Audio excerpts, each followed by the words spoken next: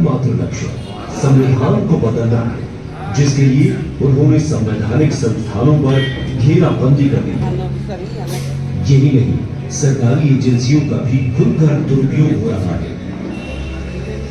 संवैधानिक मूल्य जैसे संघ परिवार की भाषा न केवल हिंदू राष्ट्र बनाना बल्कि दलित, आदिवासी, पिछड़े और अल्पसंख्यकों पर उनके अधिकारों से वंचित करना भी है। यही नहीं, महिलाओं और कमजोर वर्गों के हाथ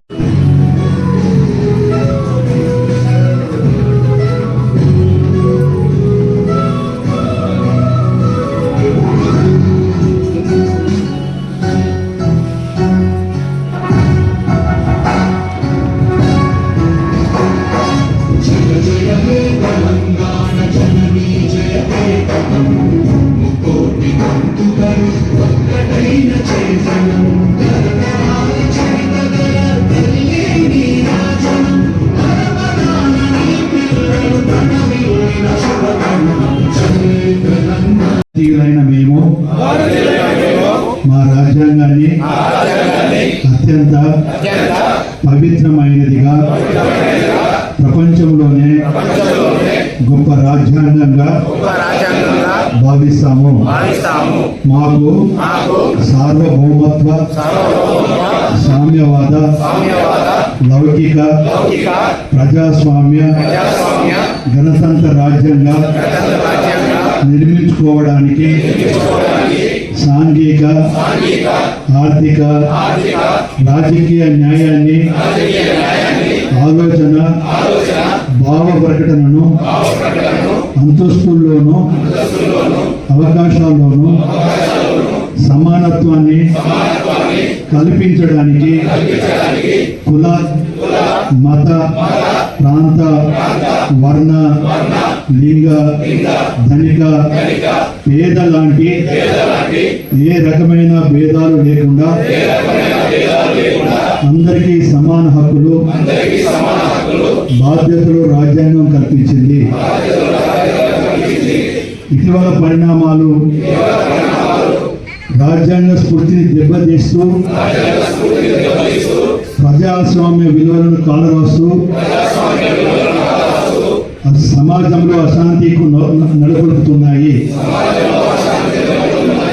విభేదాలు సృష్టిస్తూ రాజకీయ మనుగడ కోసం విద్వేషాలను రెచ్చగొడుతున్నాయి.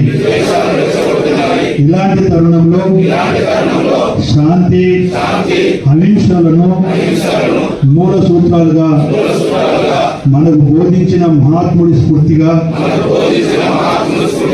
మనుషులంతా ఒకటే అంటూ రాజ్యాంగంలో అందరికీ సమాన హక్కులు కల్పించిన డాక్టర్ బాబాసాహెబ్ అంబేద్కర్ ఆశయాలను అమలు చేస్తూ మన గొప్ప రాజ్యాంగాన్ని కాపాడుకోవడానికి చిత్తశుద్ధితో, అంకిత భావంతో అహర్నిశలు కృషి చేస్తానని ప్రమాణం చేస్తానని. జై బాబు, జై భీమ్, జై సంవిధాన్. మరి ఇంత మంచి కార్యక్రమానికి ఇది చాలా బాగుంటుంది అని అంటే మొన్న నియోజకవర్గంలో ఎందరో అక్కలు చెల్లెలు, చాలామంది నిరుద్యోగ సమస్య వరంగల్ అనేది ముఖ్యంగా ఇక్కడ ఇండస్ట్రీస్ లేక, జీవన ఉపాధి కోసం ఉద్యోగాలు లేక, కంపెనీలు లేక, ఇక్కడ ఉన్న రొటేషన్ ఇక్కడికే తప్ప మనకు గవర్నమెంట్ నుంచి ఉన్న ట్యాక్సెస్ కడితే జీతాల రూపకంగా రావడానికి కానీ ఏ ఆఫీసులు కానీ కంపెనీలు కానీ లేకపోవడం వరంగల్కు నిజంగా కూడా దురదృష్టం. మరి మన ఉద్యోగాన్ని మనం వెతుక్కోవాలి, మన కష్టాన్ని మనం నమ్ముకోవాలి అనే సమయంలో ఈ కంపెనీ వారు రావడం నిజంగా కూడా నాకు వారికి చాలా కృతజ్ఞత ఉంది. మీ అందరికీ కూడా వెరీ థ్యాంక్ఫుల్. మరి ఇక్కడ ఎంప్లాయ్మెంట్ అనేది శాశ్వతంగా పరిష్కారం చేయడానికి ముఖ్యమంత్రి రేవంత్ రెడ్డి గారు కూడా ప్రత్యేక దృష్టి వరంగల్ మీద పెట్టడం జరిగింది.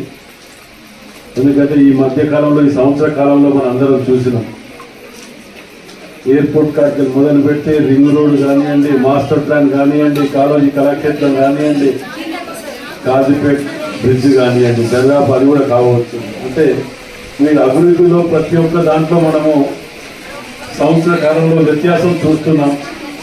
మరి అందులో భాగంగానే చిన్నారులందరికీ కూడా ఉద్యోగ అవకాశాలు ఎంతో కొంత లేదు అనే దాని కొంత ఎంతో కొంత మనం చేసుకోవాలనే ఆలోచనతోటి ఈ కార్యక్రమం నా డాక్టర్ గోదారెడ్డి చాలా బాగుంటుంది డాడీ అని చెప్పి అల్లుడు విష్ణు కానీ గోదా కానీ వాళ్ళ టీం ఉన్నారు, ఫ్రెండ్స్ వీళ్ళంతా కలిసి వాటితో సంప్రదించి అయితే బాగుంటుంది డాడీ, మనం చాలా హెల్ప్ చేసిన వాళ్ళు అయితే మనం అన్నప్పుడు ఈ నిర్ణయం తీసుకోవడం జరిగింది.